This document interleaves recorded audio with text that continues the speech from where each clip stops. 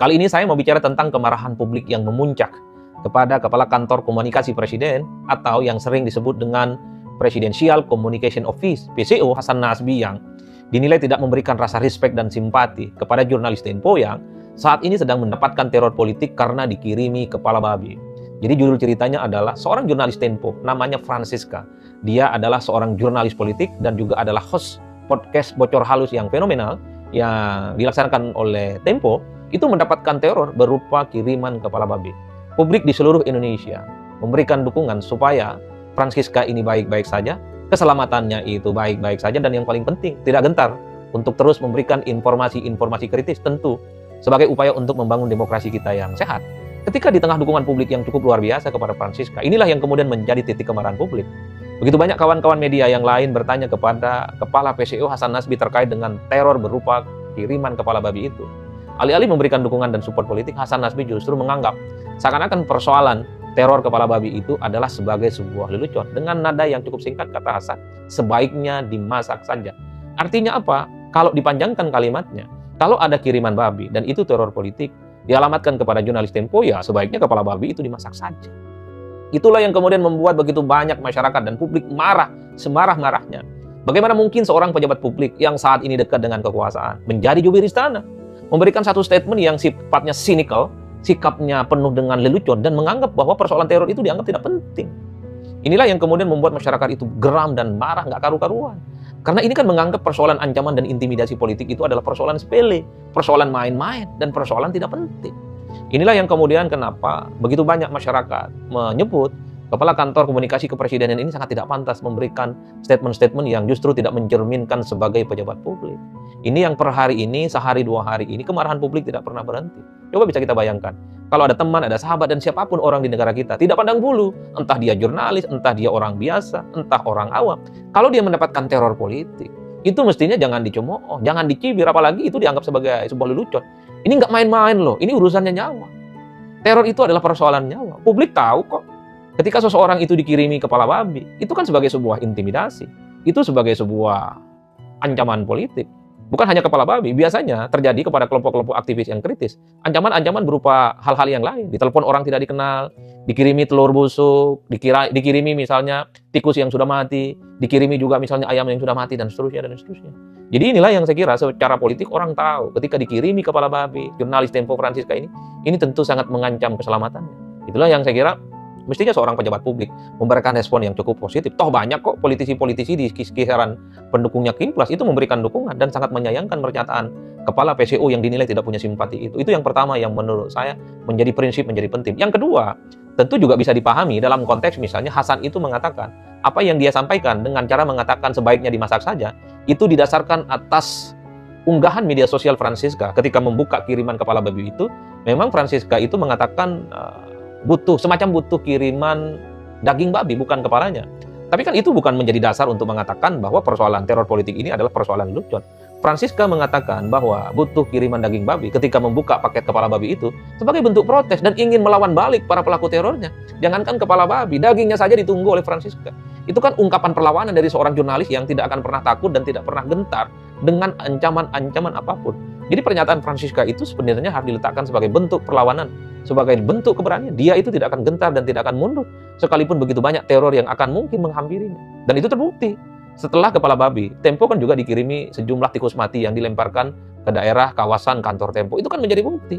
Tempo mungkin menjadi target bagi orang-orang yang dinilai tidak nyaman dan mungkin merasa terganggu dengan jurnalisme kritis yang selama ini dimunculkan oleh Tempo. Oleh karena itu, bagi saya ada dua hal yang ingin saya katakan. Pertama, ini tentu sebagai momentum untuk memperbaiki komunikasi politik di sekitar istana dan di sekitar pemerintahan. Karena sebelumnya misalnya, ketika ada kritik dan protes terkait dengan revisi Undang-Undang TNI, Hasan Nasbi kan juga men-tweet ataupun menulis tweet di X dan di Twitter khususnya, dengan menganggap bahwa persoalan orang yang melakukan demo dan protes itu adalah orang yang memprovokasi dan cenderung melakukan kebohongan publik.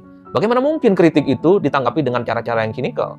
Meski tweetnya Pak Hasan Nasbi itu kemudian dihilangkan, tapi kan publik menganggap, kok begini amat komunikasi politik orang-orang yang selama ini dekat dengan istana. Sebelumnya lagi kan, Kita mendengarkan ketika ada protes, ketika ada resistensi terkait dengan penolakan revisi Undang-Undang TNI. Ada yang mengatakan itu kampungan, itu kerjaan orang yang tidak punya pekerjaan, dan seterusnya, dan seterusnya.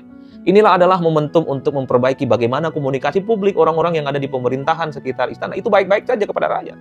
Dan pada saat yang bersamaan, dilalahnya Prabowo Subianto mengatakan, sebaiknya pejabat-pejabat publik di negara kita itu memperbaiki komunikasi publiknya kepada rakyat. Sepertinya inilah yang kemudian membuat seorang Presiden Republik Indonesia meminta kepada orang di sekitar istana, di sekitar kekuasaan dan pemerintahan itu jangan asal sembarangan bicara, merespon berbagai peristiwa-peristiwa penting yang kemudian itu justru menimbulkan kontroversi. Apa yang disampaikan oleh Prabowo Subianto, bahwa seorang pejabat publik di lingkungan kekuasaan memperbaiki komunikasi publiknya, ini adalah momentum. Kalau ada pihak-pihak yang selama ini dekat dengan kekuasaan dan istana, ya sebaiknya memang harus dievaluasi. Pejabat publik itu harus meneduhkan, pejabat publik itu harus wise dan harus bijak menghadapi segala persoalan-persoalan yang sedang menghadapi, terutama soal protes, kritik, dan tentu saja mungkin cemoohan dan cibiran. Bukan justru sebaliknya menganggap sebagai sebuah hal-hal yang justru kontroversial dan menunjukkan wajah kekuasaan yang cukup arogan. Kalau kita melihat bagaimana kekuasaan politik itu kecenderungannya adalah arogan. Jadi dalam konteks inilah menurut saya menjadi penting. Bagaimana ini adalah menjadi momentum di masa-masa yang akan datang. Saya kira memang Prabowo Subianto harus segera membenahi sekaligus mengevaluasi siapapun dia di sekitar kekuasaan politiknya kalau merugikan citra pemerintah. Sebaiknya memang harus dievaluasi. Karena kalau mau jujur, kekuasaan politik, kekuasaan pemerintah itu bukan buruk karena kebijakan-kebijakan yang dibuat, tapi justru adalah model komunikasi politik yang dinilai itu tidak sesuai dengan kaidah-kaidah bagaimana dia menyampaikan komunikasi yang cukup baik dan menyejukkan. Itu yang pertama. Nah, yang kedua tentu supaya teror politik semacam ini tidak terjadi dan tidak berulang, bukan hanya kepada jurnalis Tempo, tapi tidak terjadi kepada kelompok-kelompok kritis, tidak terjadi kepada kelompok-kelompok civil society, kepada pegiat-pegiat demokrasi dan HAM, yang memang seharusnya pihak berwajib dalam konteks ini yang sudah dilaporkan oleh Tempo kepada pihak berwajib untuk mengusut ini hingga tuntas. Saya kira misalnya pihak-pihak berwajib khususnya kepolisian punya segala-galanya untuk mengungkap ini ya setuntas-tuntasnya.